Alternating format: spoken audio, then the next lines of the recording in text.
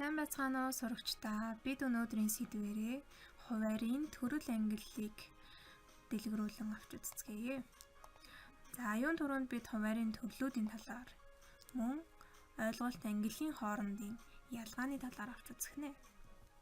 За ингээд авч үзвэл хуваарийг төрлөөр нь дарааханцан хоёр хэсэгт хаваадаг. Нэгдүгээрт дүрсийн өөрчлөгдөх шинж тэмдгээр хийсэн хуваар.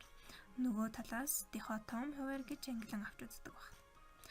За тэгвэл дүрсийн өөрчлөгдөх шинж тэмдгээр хийсэн хуваар гэдэг нь бидний өмнөх хичээл дээрээ үзэж байсанчлан хуваарийн үндслэгийн илүү төрөл ойлголтын дүрс ойлголтуудыг үүсгэж буй шинж тэмдэг нь байдаг.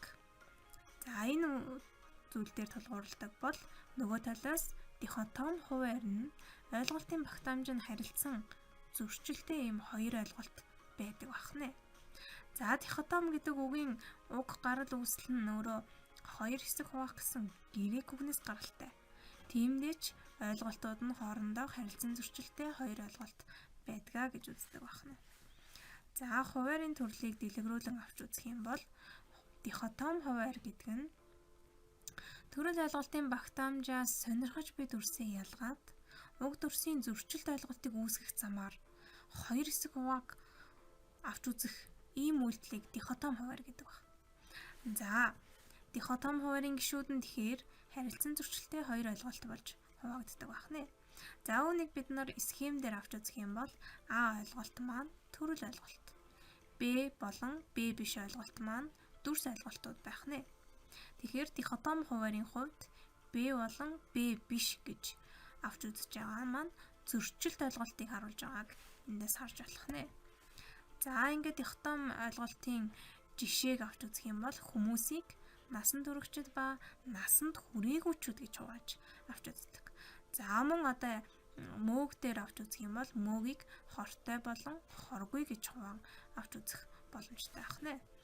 За тэгвэл нөгөө талаас дүрсийн өөрчлөгдөх шинж тэмдгээр хийсэн хуваарийн хувьд бидний дээрх жишээ нь хүмүүсийг хүүхэд ба насанд хүрэгчид хэмээн авч үзэх, хуваан авч үзэх боломжтой байдаг байх нэ. За бид нар өмнөх хичээл дээр хуваарийг илүү дэлгэрүүлж авч үзсэн. Өөрөөр хэлэх юм бол хуваар нь хуваарлагдаж буй ойлголт үндслэгээ гишүүдээс бүрддэгэ гэж үзэжсэн. Тэгэхээр хуваарийн гишүүд нь хуваарлагдаж буй тухайн төрөл ойлголтын илүүтэй шинж тэмдгийг агуулсан ийм дүрс ойлголтууд байх ёстой байдгаа гэж үзэжсэн. Тэгвэл хуваар ангилал нь юугаараа ялгаатай юм болоо? Энэ хоёр ямар хамааралтай юм болоо гэдгийг авч үзэхийн тулд ангиллалын тухайн ойлголттой танилцъя.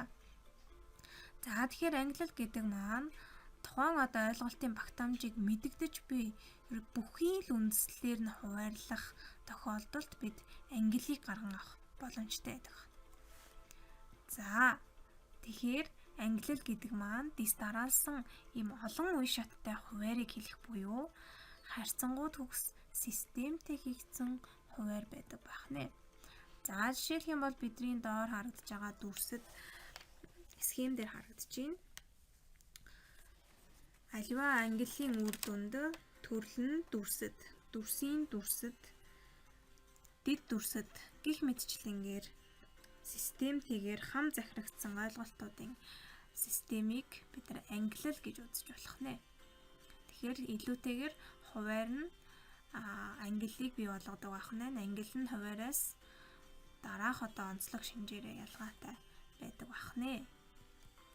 За тэгвэл өнөөдрийнхөө хичээлийн гол агуулга болох тийм ээ хуваарийн төрөл дээрээ тулгуурлаад дараах 3 өгүүлбэрийг ялгаараа өгтөдөө.